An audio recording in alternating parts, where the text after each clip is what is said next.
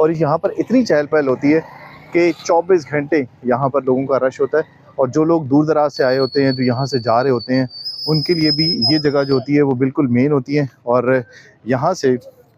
मुख्तलिफ़ टर्मिनल से लोग दूसरे शहरों को जाते हैं। अब ये जगह जहाँ पर सड़क पे एक शदीद रश होता है और गाड़ियाँ खड़ी होती हैं, बसें खड़ी होती हैं, वैन्स खड़ी होती हैं, और इसके अलावा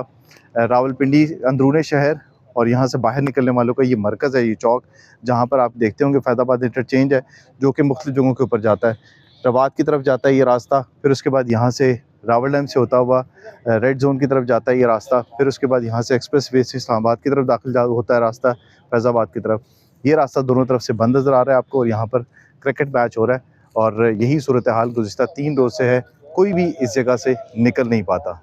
एक रास्ता आपको हमने दिखाया था जो कि इस्लामाबाद में दाखिल होता है और एक्सप्रेस हाईवे की तरफ और रावल डैम चौक की तरफ और मरी रोड भाराको की तरफ जो रास्ता जाता है वो रास्ता बंद था, और ये वाला रास्ता जो है वो IJP रोड की तरफ जाता है। यहाँ पर भी आपको कंटेनर्स नज़र आ रहे होंगे और पुलिस की नफरी यहाँ पर तैनात नज़र आ रही होगी। यही सूरत हाल है यहाँ पर कि मोटरसाइकिल कोई भी नहीं जा सकता, गाड़ी कोई नहीं गुजर सकती, सिर्फ वहाँ से एक छोटा सा रास्ता नज़र आ रहा है जहाँ से आप